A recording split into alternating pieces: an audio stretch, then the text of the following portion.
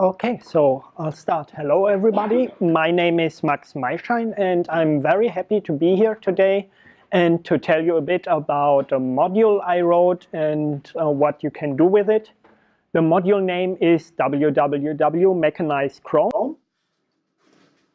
Yes. As a bit of an overview, what I'm going to tell you today. First, a bit about my motivation, why I wrote the module Mechanize Chrome. And I'll explain a bit what Mechanize Chrome actually is. I will tell you, if time permits, a bit about the development of Mechanize Chrome and what pitfalls I encountered and what went good about it. And of course, we will look at some applications of Mechanize Chrome and what you can do using this module and Chrome. A bit about me.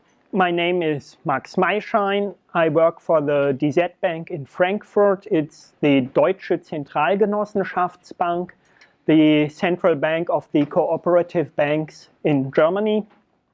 And yeah, there I work for a department named Data Solutions. And I don't do anything using this module at work, but I've done some other work using Firefox as an automation tool even at work, but not this one. This one is just hobby for me.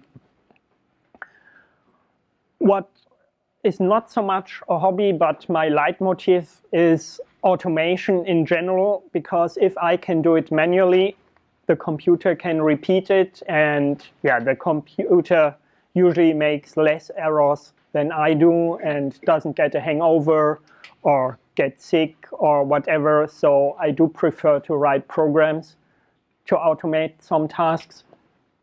And yes, that's what I usually do.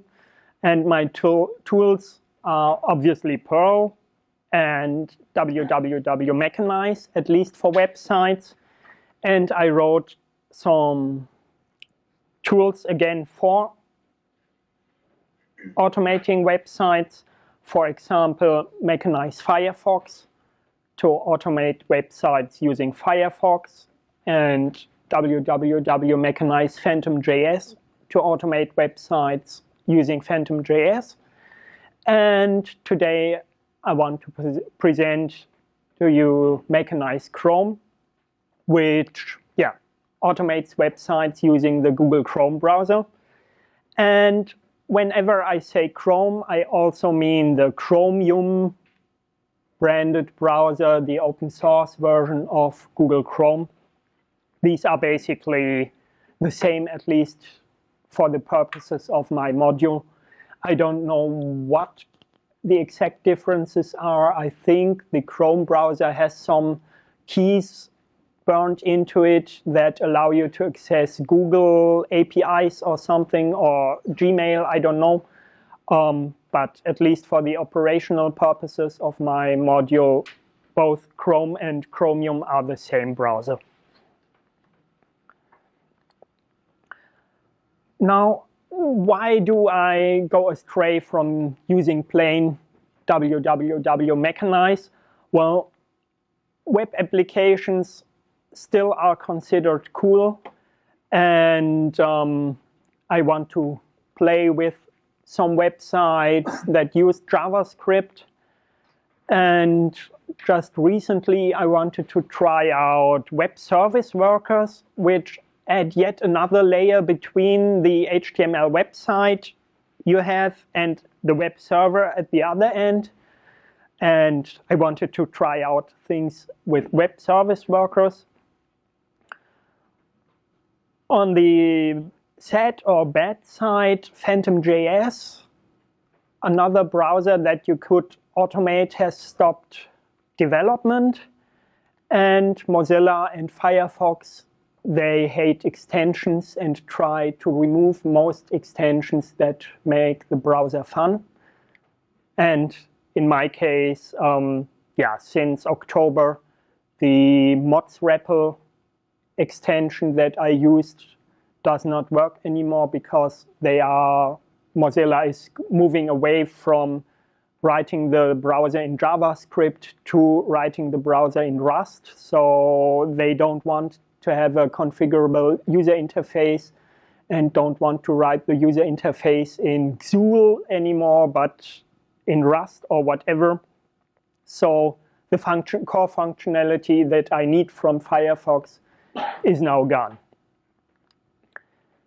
So if there's one thing I want to take you away, from this talk is freeze your prerequisites. Do not have your system on auto update if critical components might go away, like your browser or whatever. Yeah, disable the auto update. If you have an automation, make a copy of the browser or install a browser version that is completely under your control so that you control when to update and when not. Another thing I really like to do is write regression tests, and I'm, as a hobby, working on a JavaScript-heavy single-page application, and I want to write regression tests that test the UI and my Perl backend. And I also want to try things like Travis CI for that. So having a browser actually visit my site helps me in actually running the JavaScript I write, and also helps me to see whether my JavaScript calls my Perl in the expected fashion. So yes, what does bring Chrome to the table here? Well, it is a recognized platform. It's not some weirdo JavaScript interpreter which most of the JavaScript libraries maybe don't work with or something. I can just use maybe AngularJS or whatever and expect it to work. And if it doesn't work, it's more likely that it's a bug in Angular than it is a bug in whatever browser I'm using. Or at least in any case, I have somebody to yell at, and it's not some weird browser that maybe the Angular people would say, hey, well, you are using a browser that has a market share below 1%. We are not supporting it. And yes, Chrome, well, compatible may be a bit too generous, but everybody tries to be compatible with Chrome. And one thing that I really like about it is Chrome is an interactive platform. I don't have to watch the console output of my Perl test script, or I don't only have to watch the console output of my test script, but I can also have the browser window open and see the interactions that are happening in the browser window. So that makes things much easier to debug. I don't have to add lots of HTML dumping debug statements just to see where on the page my script currently is. So that's why I wrote Mechanize Chrome. Now, this interactivity is not everything. During development, it's really great, but after I have developed some automation, I want to put it into cron. So I don't want Chrome to use my browser with my login and my cookies. Once I've automated something, I want it to start from a clean slate. And also, I don't want to run it interactively when it's running from Chrome. And since about a year ago, you can also run Chrome in so-called headless mode. That is simply Chrome runs as a console application, not wanting to talk to an X server or the Windows UI or your desktop in general. So now you can run this CI without needing to boot the X server or from any kind of cron job.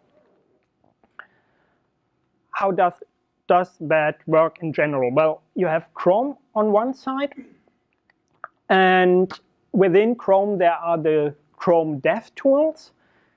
And those Chrome Dev Tools, you get at them by using Control-Shift-I, I think. Yeah, that would be the keystroke. You get a view on the network connections, cookies, elements on the page, and various stuff. And all of that is made available over a WebSocket to the outside world if you start Chrome with a special command line switch. And yeah, well, Perl can do WebSockets. If you use any event or modulicious, that's basically trivial to connect to a WebSocket. And basically, that's what Mechanize Chrome does.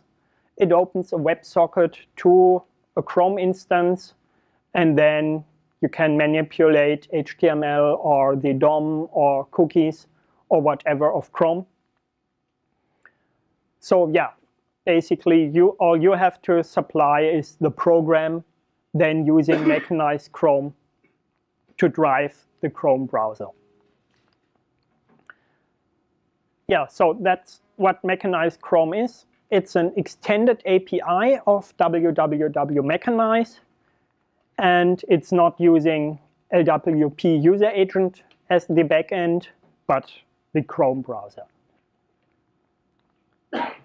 And yeah, that's basically what a very, very simplistic program using Mechanize Chrome looks like.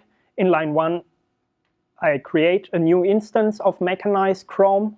This will also spin up a new Chrome process with the appropriate command line switches in the background. And then, yeah, the rest, well, line 2 is just normal www.mechanize. We open some URL. Here it is the London Perl Workshop URL in that browser in a fresh tab. And then line 3 is specific to Mechanize Chrome again. I retrieve the content as a PNG image, maybe for logging or documentation, or just because I like to collect web pages in PNG format. So what are the features that you get access to using the module? Well, first of all, you get the normal www.mechanize API.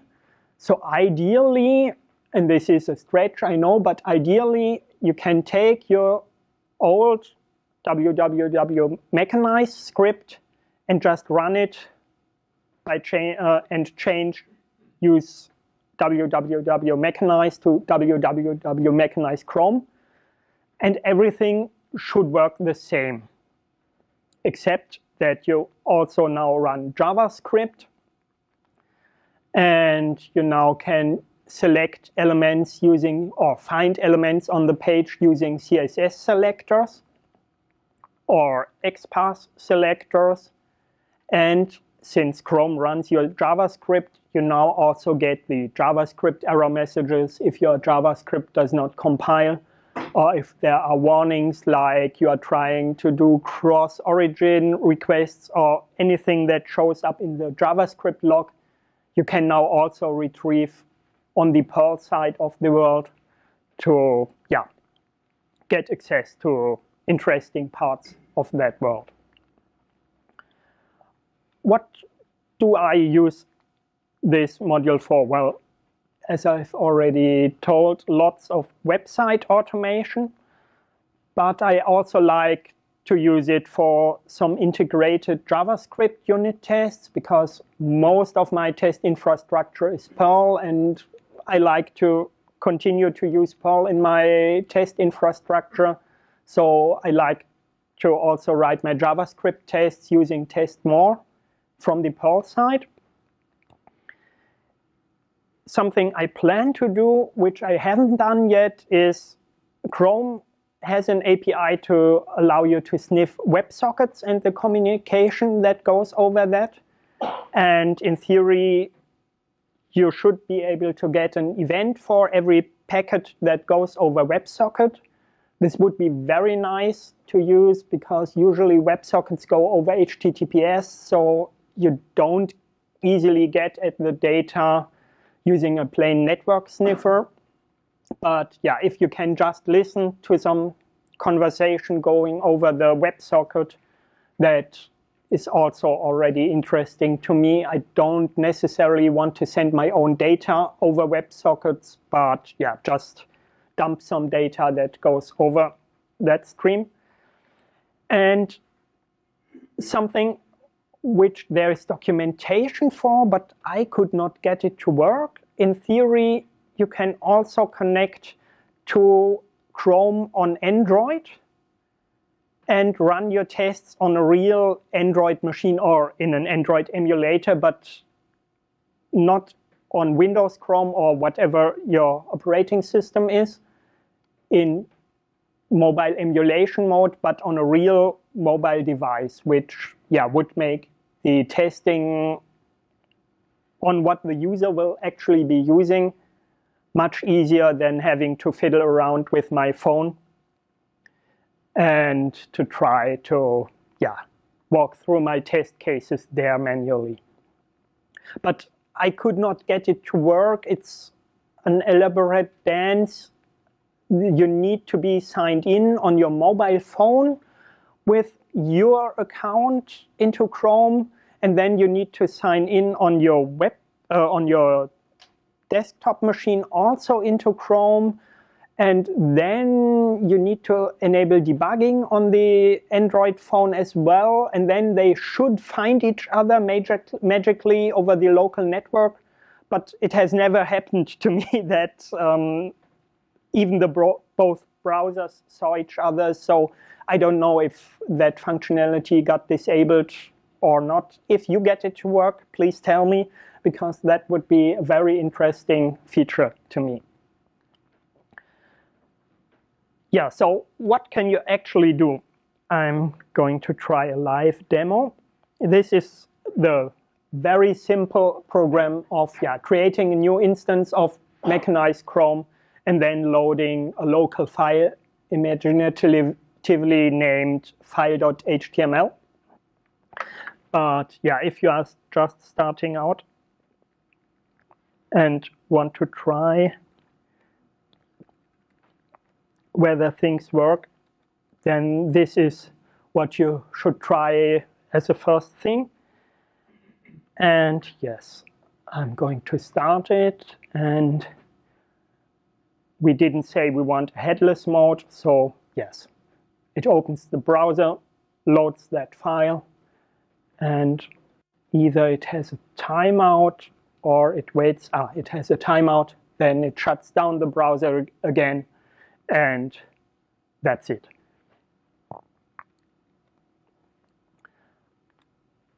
Of course, just navigating websites is not everything. You maybe want to extract something from a website. In this case, it's a simple test for a website to check that all elements that have a class of download here.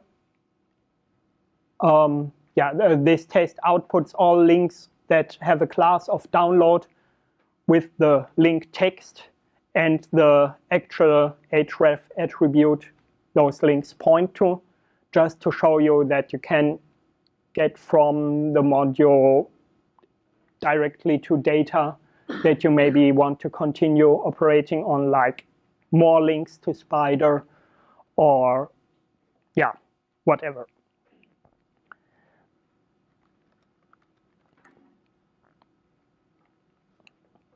And again, it opens some page and then fetches all links with the class of .download. And in this case, it is only this one link linking to GitHub and some error message in this code that you just ignore.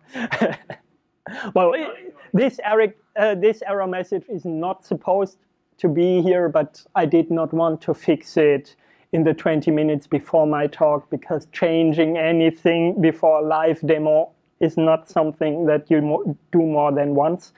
So take the -w out. Probably quite yes, I could disable warnings and not see this.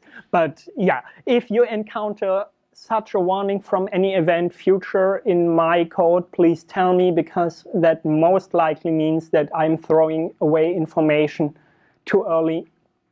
And yeah, this is more likely a bug in the module that I triggered, or maybe I just have an old version here on this laptop. But yeah, I did not want to do a fresh pull from my repository to fix this one and break all the other demos. So yes, you can get at the content of web pages fairly easy. But yeah, you can also run JavaScript. For example, if you have in line 7 this bit of JavaScript that you want to run, running it is very simple. You just wrap your JavaScript in this bit of Perl boilerplate around the JavaScript, or you can just pass the JavaScript in as a scalar and then run it. And this time in line 3, there is the parameter to use headless mode, so you won't even see that we are spinning up a Chrome instance, running the JavaScript, and then shutting down Chrome again. It just takes a bit longer than maybe some built-in JavaScript interpreter from Perl would take. And yes, quite surprisingly, the output of that JavaScript is just another Perl hacker.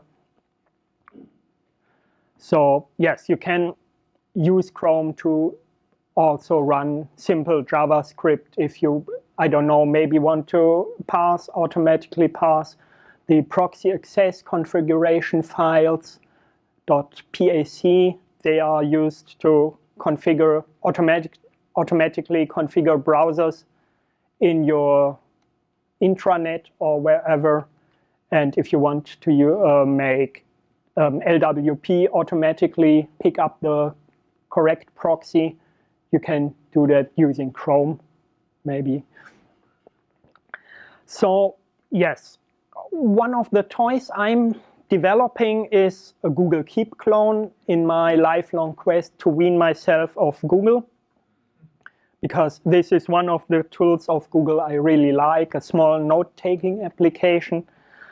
And yes, I'm writing it in JavaScript for the front end and Perl for the back end, and some more JavaScript to go between the front end and the back end while my phone is offline, which uses this new JavaScript thing called Service Worker, which can sit between your web page on the mobile device and the back end, and is supposed to cache things until the back end becomes available again. And yeah, since I want to simulate situations like now the phone is offline, now it is online again and stuff, and doing that manually on my phone is very tedious, I want to automate those tests, because synchronization is always fun and you need to think of all the edge cases. So I want to write programs to think of all those edge cases. And yeah, I'm using Chrome here first to take screenshots of what the page currently looks like, and also to create items, go offline, go online, see that the item gets synchronized with the mothership. And yeah, for example, taking a screenshot is very simple.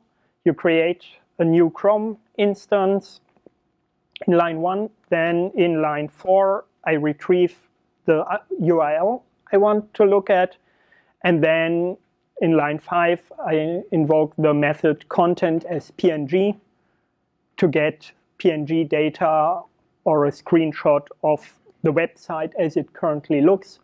And ideally, the web page already has rendered completely and is not stuck in some half rendering part because one of my JavaScript files had a syntax error or something like that.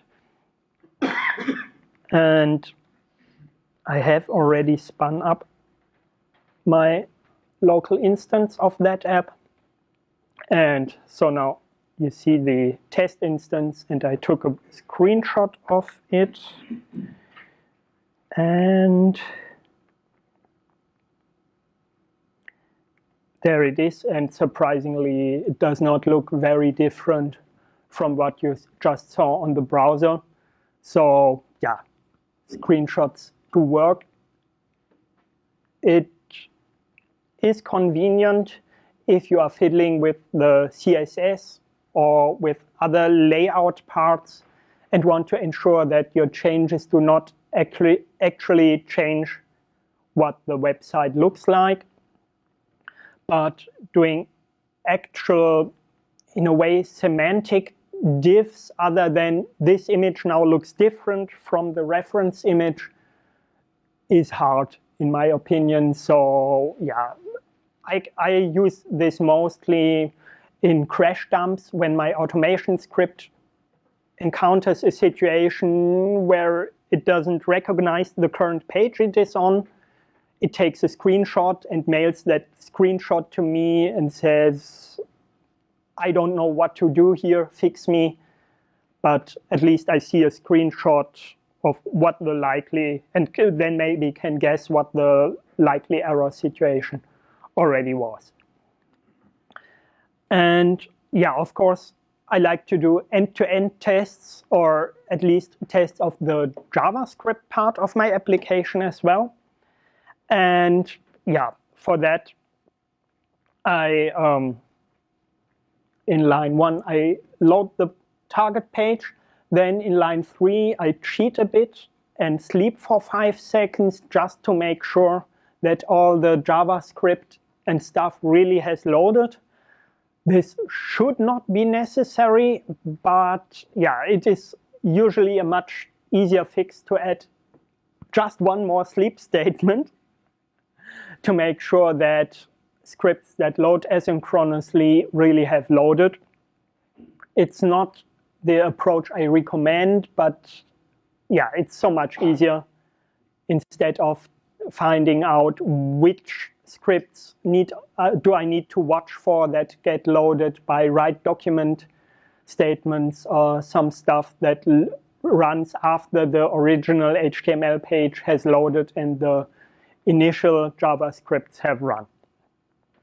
Yes, and then I use the eval in page method to run some JavaScript simply within the browser and then inspect what happens on my server or what happens in the database of the browser.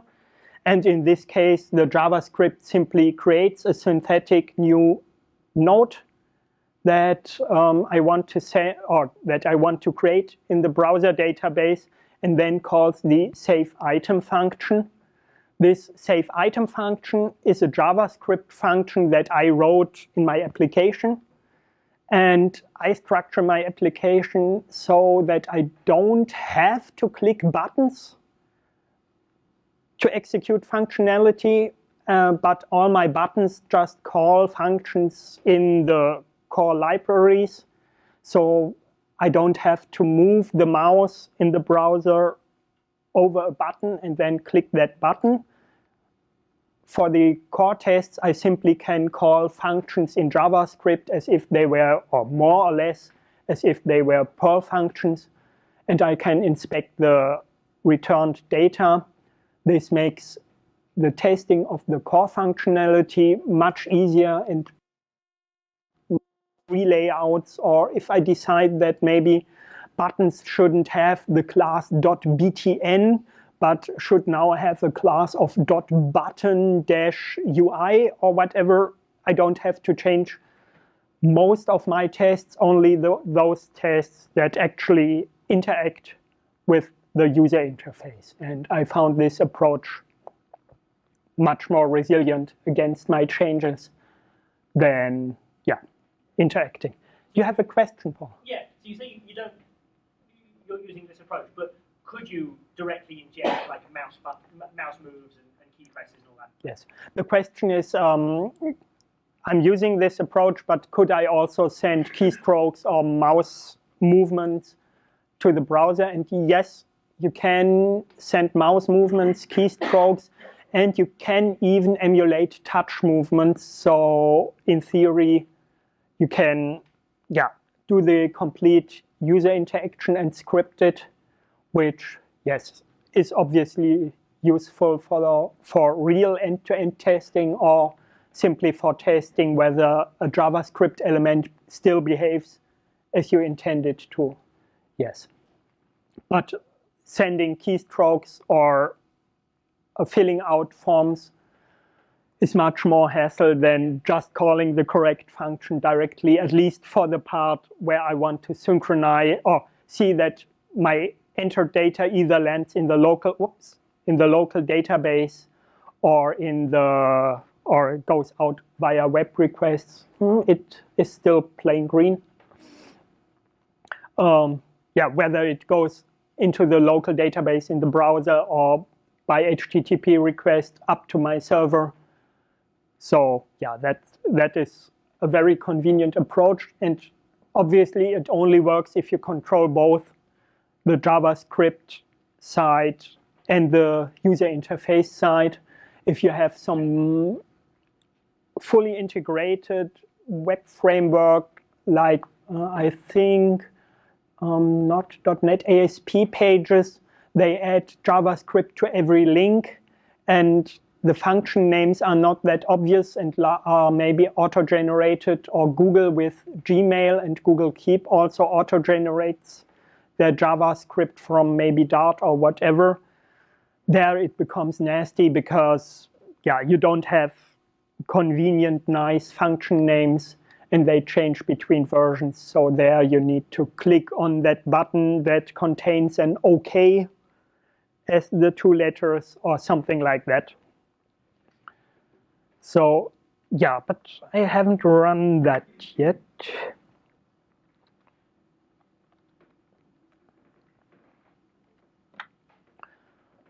So yeah, this again opens the website, waits the 5 seconds until we are sure that it has loaded, and then adds the new item. And yeah, that function, as you see here, did not return anything.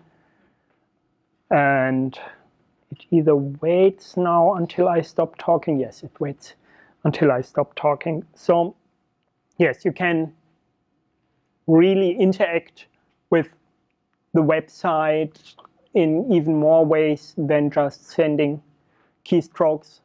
If you find a function that you really want to call, you can call it directly from Perl. And yes, some peculiarity of Chrome is it can convert HTML to PDF, but it only can do so if run under headless mode. I don't understand this distinction between UI mode and headless mode and why the output as PDF is influenced by that, but that's how it is. So yes, if you are in a pinch and need to convert some HTML to PDF, or maybe you want to create some documentation of websites or just inspect the print view of web pages, you can also use this function to render the content as PDF.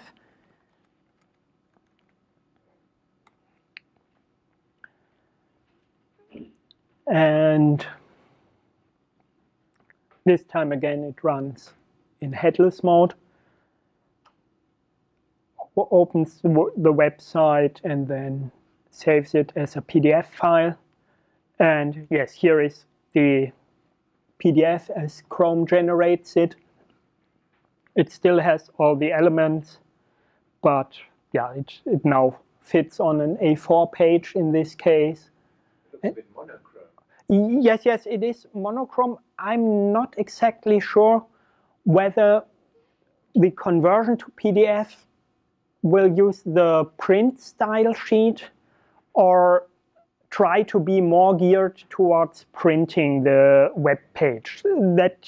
I'm just calling the convert this web page to PDF function of Chrome. I don't know what that function actually does or is supposed to do in the sense of scaling or color conversion. But I assume that it is using the print view of the page, except that my application doesn't have a print view yet. So it looks like the web page except as PDF.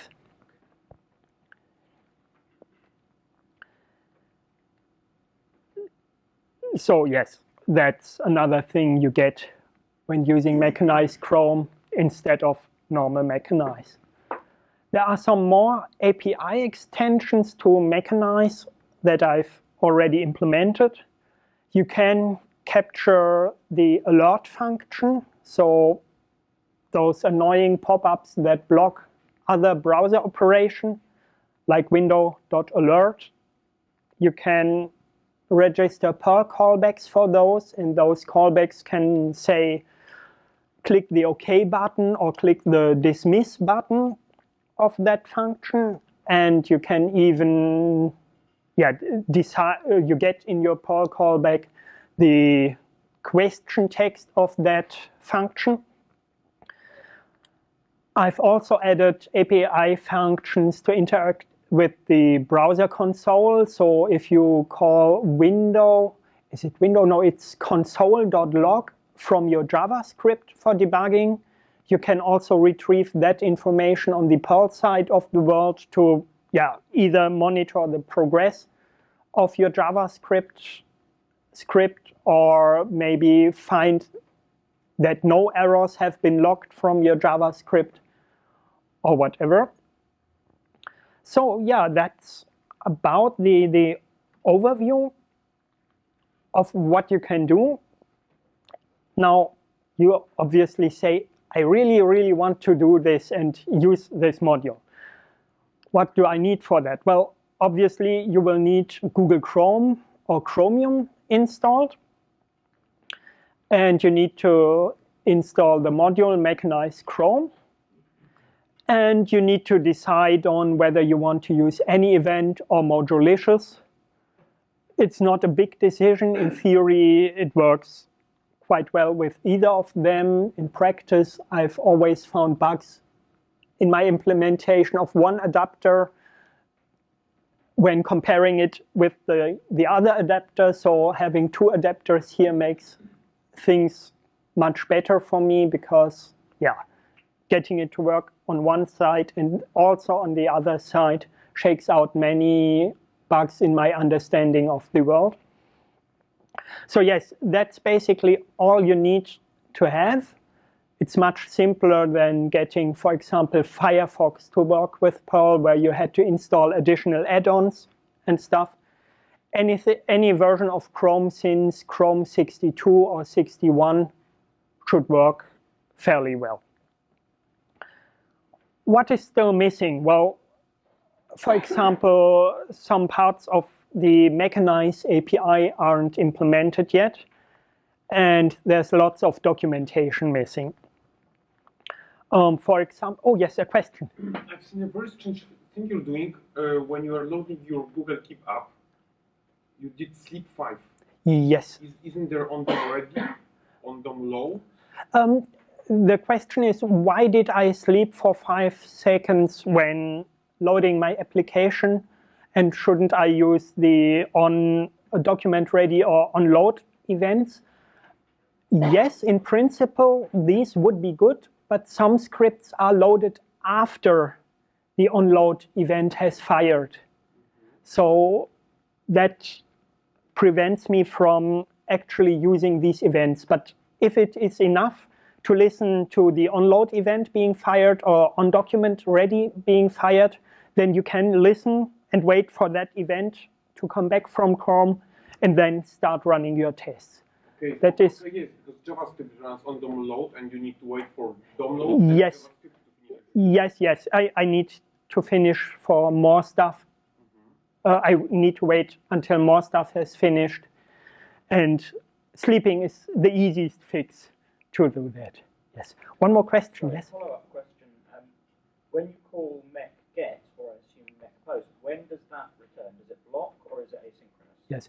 The question is, when calling .mech get, when does that return? Will it block or will it, immediately return?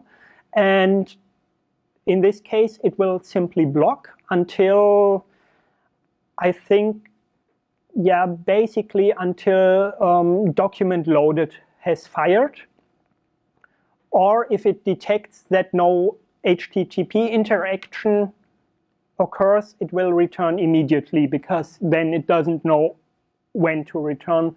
If you have a single page application that, yeah, maybe just adds a new node, then maybe there won't be any HTTP interaction. So in such a case, it will return immediately.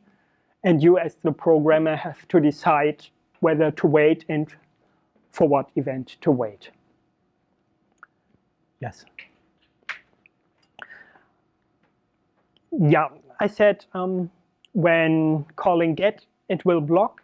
For calling post, the story is different because I haven't implemented post. So far, I have not needed it. So if you have a burning need for the post method to be implemented, I'm very interested in your pull requests. But yes, so far, I have basically not needed post because there has always been a ready-made form for me to fill out and to click the submit button on or call the submit function on. So yeah. Yeah, this brings me to my development strategy of need-driven development. If I that doesn't mean it won't work, but it's certainly untested and maybe even unimplemented.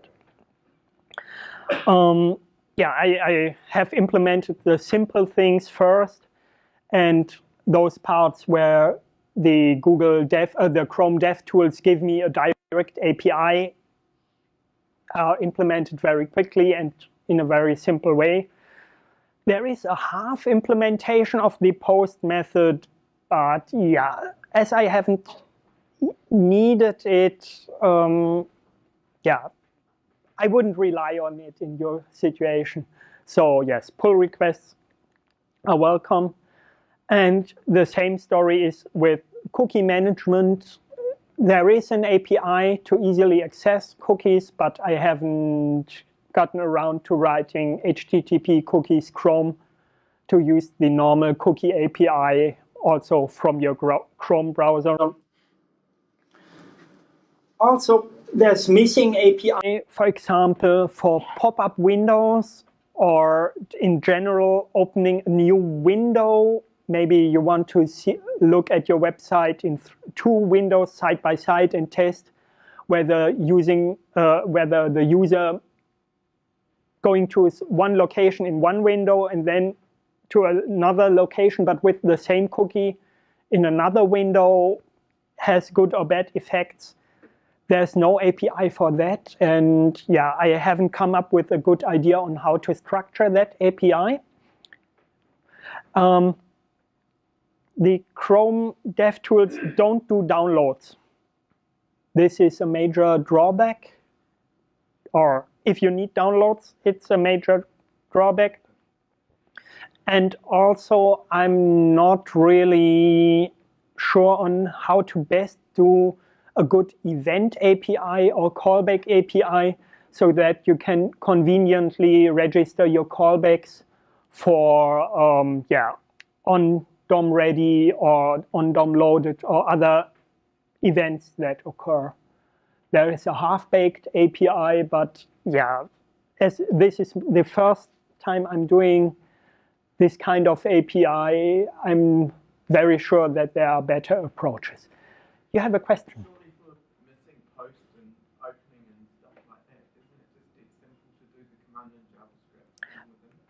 The question is, for implementing the post method, shouldn't I or couldn't I implement that simply in JavaScript? Yes.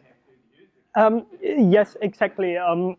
The half implementation of it is mostly JavaScript.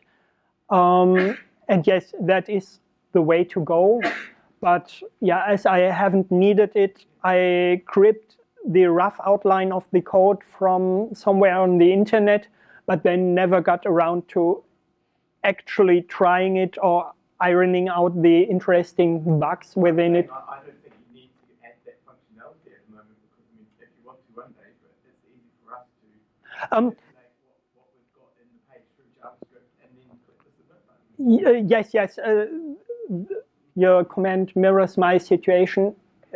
I haven't really needed the post function because all the JavaScript I've encountered either has a form that I just can fill out and click the submit button on, or has some other function that does the post call for me. So yes, but it shouldn't be hard to add.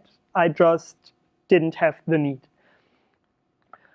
Yes, there's lots of documentation still to be written. I'm trying to turn most questions I receive by email or example scripts that I write in response to such questions also into documentation on CPAN, so that, yeah, there's lots of starting points or cookbook entries that you can reuse. And there's also the Mechanize Firefox documentation, which in most cases should be feature similar, but obviously in just your case it won't be. So you could look at it for inspiration, but it needs an overhaul before it can be actually reused for Chrome. Yeah, I'm now very close to the time limit, so let me just give you a quick overview of the three browsers and their capabilities, because they are all very similar but still different enough to make it a pain if you bet on the wrong horse at the start. Yeah, the first point is obviously, does it need a display? For Google Chrome, the display is optional. Phantom.js does not need a display, and Firefox needs a UI display when running. Cookies can be made persistent in Chrome. This can be good or bad. If you don't want to store your login credentials in a test script, you can simply log in to your website, store the cookie, and then have the browser as your credential store. Or it can be bad if you want to test the login functionality. You need to first make sure that the current browser has no cookie stored. Phantom.js does not make cookies persistent, and Firefox makes cookies persistent again. Custom SSL certificates. Chrome at least has a command line switch to let you ignore the certification tree. Phantom.js makes custom SSL certificates easy, and Firefox makes it very hard to programmatically add your own certificate tree or certificate chain into the browser. So yeah. Yes, reacting to pop-up dialogues is easy in Chrome, possible in Phantom.js, and and hard in Firefox. Yes, and yes, downloads. Chrome does not currently implement an API to downloads. Phantom.js should be able to do downloads, and Firefox can do downloads. So yes, that's the state there. And oh yes, again, the best practices, if you have a automation script that you want to put in production, freeze your prerequisites, use a local copy of Google Chrome or Firefox or whatever, and disable auto update so that you can decide when to break your tests and not the automatic update. And we will skip that. Yes, the sample code is on CPAN. So yes, thank you for your attention.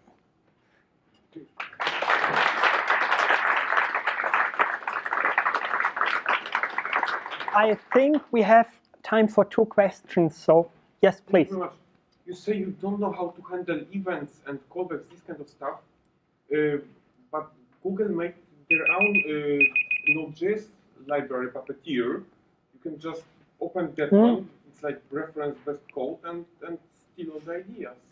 Yes, the question is in regards to handling events, or not the question, the comment. Google has made their own event handling library in JavaScript named Puppeteer. Yes, not Puppeteer, it's basically what you're doing, but for Node.js. Ah, it's okay. Yeah, it's basically a Mechanize implementation, but for Node.js. And maybe this API is a good API to copy for Perl. Yes, thank you. I will look at that, yes. Yes. Does it work the same in incognito mode? The question is, does it work the same in incognito mode? Yes, yes, it does work. Does it solve the cached cookies problem? Yes. Incognito mode would solve the cached cookie problem, and I prefer to also set a temp directory as the profile directory, just to make sure that once my test finishes, I can wipe everything that the browser has stored and always can start with a fresh browser. Yes, so thank you again. And also thanks to the sponsors of the London Perl Workshop who make this all here possible. Thank you.